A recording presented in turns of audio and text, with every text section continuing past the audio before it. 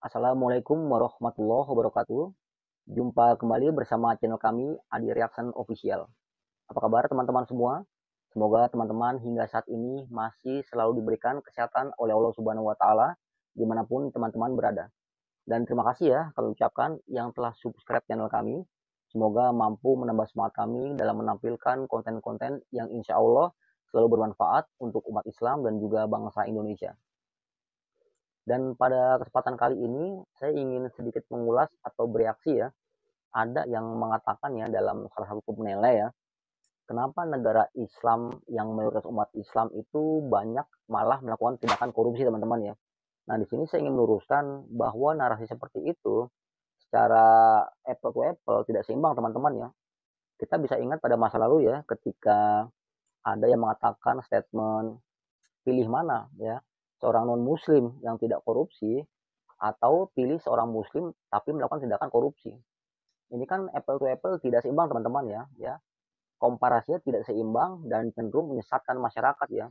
Ini bisa dikategorikan memantik yang kategorinya ini absurd ya, lemah ya, tidak bisa disanggah secara argumentatif, namun narasinya liar ya.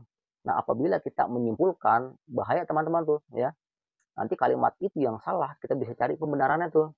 Nah pun begitu apabila sekarang ada narasi yang berkembang, kenapa di negara Islam malah banyak yang melakukan tindakan korupsi. Nah, negara Islam ini bukan berarti negara yang mengacu kepada undang-undangnya itu syariat Islam ya teman-teman ya. Negara Islam itu mungkin ya yang dimaksud adalah negara yang mayoritas umat Islam ya.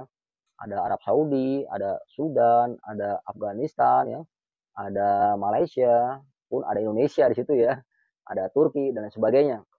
Nah, jadi ketika bertanya atau ada pertanyaan kenapa di negara Islam malah banyak yang melakukan korupsi, nah sekarang kita putar balik teman-teman tuh. Kenapa di negara mau izin ya, karena penyematannya agama di sini ya, kalimat Islam di situ tampil, otomatis kalau kita counter balik, kenapa di negara Eropa ya, yang notabene mayoritas masyarakatnya mungkin Kristen atau Buddha atau Konghucu atau Hindu atau lain sebagainya teman-teman ya, kenapa yang melakukan tindakan korupsi justru ya yang beragama secara mayoritas ya. Sama ketika kenapa di negara Islam banyak melakukan tindakan kejahatan ya. Kita ambil contoh Indonesia. Kenapa Indonesia yang mayoritas umat Islam banyak melakukan tindakan kejahatan, tindakan asusila dan lain sebagainya. Nah, pun berlaku kalau kita tanya kepada negara-negara yang bukan mayoritas umat Islam. Ya, kenapa di negara Kristen yang melakukan tindakan kejahatan, ya, tindakan asusila pun orang-orang Kristen, ya, atau di negara mayoritas Hindu, mayoritas Buddha, mayoritas Konghucu, ya, paham komunis pun begitu. Yang mayoritas pasti yang melakukan ya agama tersebut meluknya, ya. Jadi hati-hati nih ketika disematkan kenapa negara Islam umatnya kok malah yang melakukan tindakan korupsi. Nah ini suatu pertanyaan jebakan yang menurut saya harus diluruskan teman-teman ya. Bukan bermaksud menggurui. Saya percaya konten-konten kreator kita mungkin orang cerdas ya, orang pintar. Walaupun di zaman sekarang ya dalam dunia sosial, media sosial yang sangat masif, ada juga yang berpendapat bahwa referensi itu tidak perlu dan tidak dibutuhkan teman-teman tuh. Jadi kita harus punya pikiran yang original tuh ya. Memang bisa dibenarkan ya untuk masalah-masalah yang sifatnya umum ya, sifat-sifatnya muamalah, itu bisa saja kita berasumsi ya atau mengemukakan dalam pikiran kita secara pribadi atau asumsi pribadi ya. Namun ada kalanya kita memakai referensi ya sebagai acuan ya atau bahan sebagai bahan acuan yang sifatnya argumentatif dan bisa dibenarkan atau memperkuat ucapan kita. Bukan berarti kita ucapan yang tidak orisinil teman-teman, tidak. Hanya memperkuat literasi itu dalam bentuk referensi ya sebagai acuan penguat lah istilahnya ya. Jadi walaupun yang tidak memakai referensi ya saya menghargai ya. Namun kalau saya ambil contoh ya kalau kita bicara masalah referensi ya yang sifatnya krusial masalah agama nih umpama nih teman-teman ya, apabila kita membahas masalah ayat Al-Quran ya tanpa referensi tanpa acuan itu sangat bahaya teman-teman tuh ya. Jadi kita nggak bisa berasumsi pribadi untuk masalah seperti itu. Namun untuk hal-hal sifatnya mungkin umum boleh saja kita berpendapat ya sesuai dengan pendapat kita. Jangan dipukul rata tuh, referensi nggak penting ya, acuan-acuan nggak penting segala macam, nggak bisa begitu teman-teman ya. Jadi ada ilmunya di situ ya. Di sini harus saya luruskan, minimal kita saling belajar. Apabila mungkin sedikit ya ada konten kreator kita atau mungkin saya yang salah ya, kita saling meluruskan sebagai sesama umat Islam kan. Nah, kembali ke tema tadi teman-teman ya. Apabila ada yang mengatakan, kenapa di negara mayoritas Islam atau di negara Islam malah banyak yang melakukan tindakan korupsi? Di sini saya tidak setuju ya apabila penyematannya kategorinya Islam disematkan di situ. Di mana-mana pun juga ya, ketika kita bicara oknum ya, mungkin satu segelintir orang ya, itu hal yang mungkin ya, secara pribadi bisa melakukan kesalahan ya. Tapi jangan dilekatkan kepada agamanya, apalagi disematkan ya. Seakan-akan agama itu mengajarkan tindak tanduk suatu keburukan, kerusakan. Saya percaya ya, mungkin agama-agama lain ya selain Islam pun mengajarkan kebaikan teman-teman ya. Apalagi Islam ya, yang tidak memperbolehkan bahkan haram di situ mengambil yang bukan hak milik kita ya teman-teman ya. Apalagi korupsi yang sangat merugikan, yang sangat mencerahkan rakyat itu sangat dilarang tuh pasti tuh. Jadi kita sepakatlah dalam semua sudut pandang agama korupsi itu tidak dibenarkan teman-teman ya. Bahkan bagaimana caranya seorang koruptor harus dihukum seberat-beratnya. Walaupun memang agak sulit teman-teman ya. Nah, kita masuk ke ranah korupsi. Di sini ada menarik teman-teman ya. Mau izin ya, saya pakai referensi untuk memperkuat mungkin ya. Mungkin teman-teman mungkin belum pernah melihat, belum pernah membaca. Saya menghargai, bukan bermaksud mengecilkan teman-teman ya. Kita saling menambah wawasan, kita saling bertukar pikiran ya, tidak bermaksud menggurui di sini ya. Dalam tulisan saudara Al Haidar ya, di halaman 71, kejahatan-kejahatan politik Soeharto masa Orde Baru ya, pada bab korupsi. Di sini di halaman 71, beliau mengatakan penting teman-teman ya. Banyak yang tidak percaya ucapan almarhum Bung Hatta ya. Di tahun 1970-an ya, Bung Hatta mengatakan, nah ini ucapan Bung Hatta teman-teman ya, bukan ucapan Al Haidar ya. Saya ambil referensi buku beliau sebagai bahan acuan ya, sebagai bahan keilmuan lah untuk kita saling belajar ya. Nah, Bung Hatta mengatakan bahwa korupsi sudah membudaya di Indonesia ya. Korupsi sudah merajalela dari kelas kakap sampai kelas teri ya. Bayangkan loh, di tahun 70-an Bung Hatta ya, di akhir-akhir hidupnya Bung Hatta mengatakan bahwa korupsi sudah membudaya ya, dari kelas elit sampai kelas bawah ya menurut beliau, sampai kelas teri teman-teman ya. Ini kalimat dari Bung Hatta yang dikutip oleh Saudara Al Haidar ya. Dan memang sungguh ironis teman-teman ya, hingga saat ini kita masih menyaksikan bagaimana elit-elit kita ya melakukan tindakan korupsi yang sampai sekarang masih saja ada teman-teman ya. Bahkan Pak Prabowo kemarin dalam salah satu ya pidatonya ya, beliau tidak ingin adanya koruptor dihukum mati ya dalam sudut pandang beliau.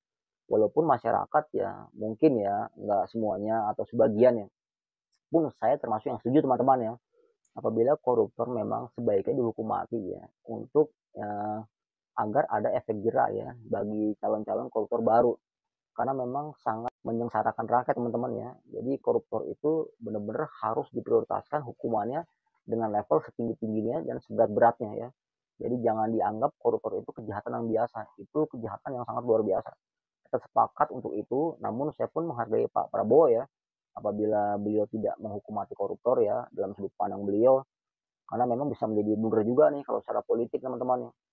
Begini ya teman-teman ya, apabila seorang kepala negara ya atau seorang yang punya otoritas ya ingin menghukum mati ya dalam sistem politik kita ya, apabila nanti di partai kita ya, di bagian ya wilayah kekuasaan kita ya, mungkin anggota kita, anggota keluarga kita, ya teman-teman kita kena ya melakukan tindakan korupsi, memang berat ya. Sebagai antisipasi amannya memang jangan sampai dihukum mati ya. Namun bagaimana cara menyengsarakan, cara memiskin koruptor, itu pun agak berat teman-teman tuh. Karena harus dibuat undang-undangnya. Yang buat undang-undang yang notabene adalah ya mungkin sebagian ya partainya juga teman-teman ya. Partai juga, teman-temannya juga, berpikir juga mereka. Nanti kalau saya buat undang-undang memiskinkan koruptor, wah nanti saya kena juga dong kalau saya korupsi. Atau kolega kita korupsi segala macam ya. Jadi agak berat. Nah dalam konteks demokrasi Indonesia, kita hanya bisa menyaksikan fakta yang terjadi di lapangan bahwa korupsi memang masih ada merajalela ya. Namun saya tidak setuju apabila ada penyematan kenapa di negara Islam banyak yang melakukan tindakan korupsi. Nah, itu pun sama seperti di negara-negara Eropa, teman-teman tuh. Ya, mungkin di Amerika, di Inggris, di Cina, ya, di India, di Pakistan, dimanapun juga ya. apabila yang melakukan tindakan korupsi, ya pasti agama yang mayoritas melekat di negara tersebut, teman-teman tuh.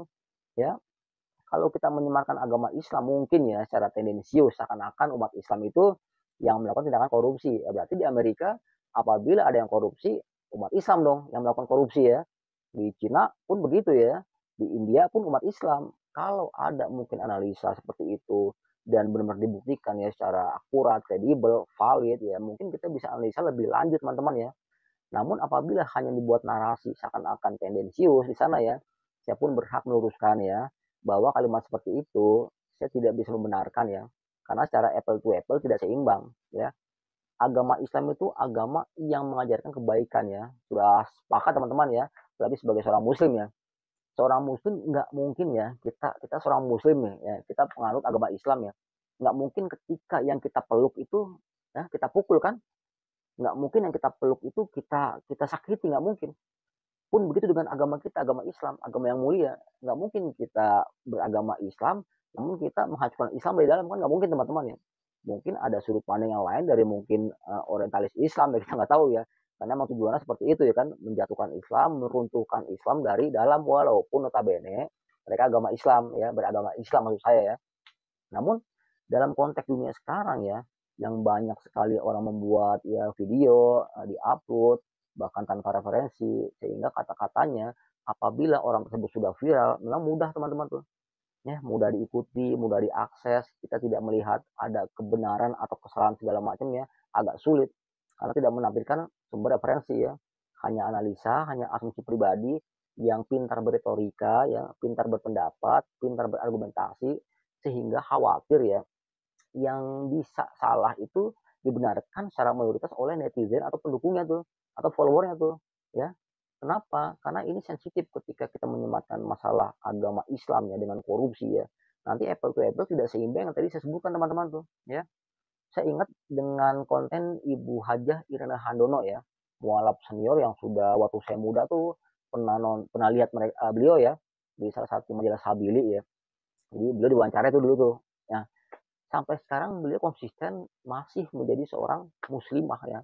Nah, yang menarik adalah ketika ada yang mengatakan narasi kenapa umat Islam yang secara mayoritas banyak yang melakukan tindakan-tindakan kejahatan, asusila ya, tidak sesuai dengan syariat, dikonter balik oleh Ibu Hajah Irna Hanum dengan sangat cerdas. Nah, bagaimana jawabannya? Secara apple to apple tidak seimbang ya, pun beliau menganalogikan ketika EU ke Amerika, siapa yang banyak melakukan kesalahan ya, melakukan tindakan asusila, yang melakukan tindakan kejahatan ya, yang melanggar aturan negara, yang mayoritas ya yang penganut agama tersebut bukan Islam ya. Coba kalau kalian ke Cina, sama polanya seperti itu. Nah, disinilah narasi yang mungkin sedikit saya luruskan, tidak bermaksud menggurui ya. Ya, seperti dengan konten kreator yang mungkin better juga ya, yang mungkin mereka juga bukan orang bodoh ya. Namun sudut pandangnya apabila mereka pandai berretorika tanpa menyematkan sumber referensi ya, artinya gini teman-teman ya, ketika mereka punya asumsi ya, mereka biasanya kan membaca ya literasi ya teman-teman ya, atau melihat mungkin dari Google segala macam. Apabila ditampilkan, minimal kita bisa bedah kembali gitu loh, kita bisa pelajarin ya siapa penulisnya, lalu kita komparasikan sesuai dengan realita yang ada, kan gitu ya. Jadi sama-sama saling mempelajari, bukan saling menjatuhkan ya teman-teman ya. Jadi tidak ada di sini saya unsur kebencian apabila yang ingin yang menarasikan Islam sebagai agama yang mungkin ya kok bisa melakukan tindakan-tindakan yang mungkin melanggar aturan Islam itu sendiri ya, dimana kita secara mayoritas umat Islam apabila disematkan kenapa negara Islam yang mayoritas umat Islam banyak yang melakukan tindak korupsi, ya ini tidak saya benarkan ya teman-teman ya, secara sudut pandang sosial, karena di negara lain pun yang bukan mayoritas umat Islam pasti pelakunya yang penganut agama mayoritas tersebut, kan gitu ya. Karena memang hingga saat ini saya perhatiin ya, ada channel-channel memang ya dari umat Islam sendiri ya cenderung tendensius terhadap agama Islam ya. Ada channel-channel yang memang ya terkonsentrasi ingin meruntuhkan atau menjatuhkan nilai-nilai syariat Islam ya. Anda bisa lihat sendiri lah banyak bermunculan ya. Bahkan pada tahun-tahun kemarin itu ada lagi tuh yang fenomenal tuh ya, channel Christian Prince tuh ya, bahkan sangat luar biasa tuh kerasnya tuh ya. Tapi sekarang kan sudah tenggelam teman-teman ya. Kenapa? Karena dasarnya kebencian ya. Ketika dasarnya kebencian yang dicari hanya kesalahan-kesalahan dari Al-Quran, dari As-Sunnah, dari Nabi Muhammad SAW. Jadi kalau sudah awalnya unsur kebencian, lama-lama mereka akan tenggelam dengan sendirinya karena tidak akademis, tidak intelektual teman-teman. Ya, sedangkan di negara kita ya, yang mungkin teman-teman sudah pahami, kita umat Islam secara mayoritas terbesar di dunia katanya. Namun di sini umat Islam kita sangat moderat dan sangat dijunjung tinggi di negara-negara dunia teman-teman tuh. Umat Islam Indonesia itu bisa menjadi acuan bagaimana budaya kita ya, budaya Indonesia tuh bisa mensinkronkan antara agama Islam dan budaya. Dan nilai-nilai kita Indonesia itu sangat luhur, sangat mulia. Sehingga pada masa lalu tindakan-tindakan yang mungkin ya walaupun di luar agama Islam pun banyak yang melakukan tindakan-tindakan yang mulia tuh. Apalagi untuk mengambil barang-barang yang kecil ya, untuk minjem aja kita harus izin dulu kan biasa pemiliknya ya, terlepas dari agama apapun juga ya. Apalagi masuk ke ranah politik, ranah korupsi itu bahaya teman-teman ya. Apalagi disematkan agama Islam di situ. Ya teman-teman ya. Nah, lanjut dalam tulisan Al-Haidar ya di halaman 71 teman-teman. Seperti juga dengan kejahatan lain ya. Korupsi pun sudah ada sejak dahulu kala. Bedanya dengan abad teknologi modern sekarang, seseorang dapat dalam sekejap memindahkan komputer ya. Dalam hal ini gadget teman-teman ya. Untuk sekarang nih, memindahkan komputer untuk memindahkan berjuta-juta dolar ya. Pakar kriminologi mengatakan bahwa korupsi dan kolusi dilakukan oleh orang-orang yang menduduki status sosial yang tinggi karena jabatan dan kekuasaannya. Nah, jadi benar teman-teman, untuk korupsi saat ini memang para koruptor itu bukanlah golongan apa ya, ecek-ecek ya, golongan kaleng-kaleng teman-teman. Koruptor itu kategorinya sudah golongan elit ya, golongan penguasa, golongan atas yang mereka cara melakukannya pun sangat intelektual tuh ya. Udah hitungan jutaan dolar hitungannya tuh ya. Udah mampu bayar pengacara mungkin miliaran karena nilainya yang dikorupsi pun sudah nggak main-main. Jadi intinya apapun narasi yang dilakukan oleh para konten youtuber kita ya tentang masalah Islam, masalah mayoritas umat Islam, kenapa di negara kita kok justru yang melakukan korupsi umat Islam, ya kita bisa menghargai apabila mereka punya asumsi mungkin seperti itu ya.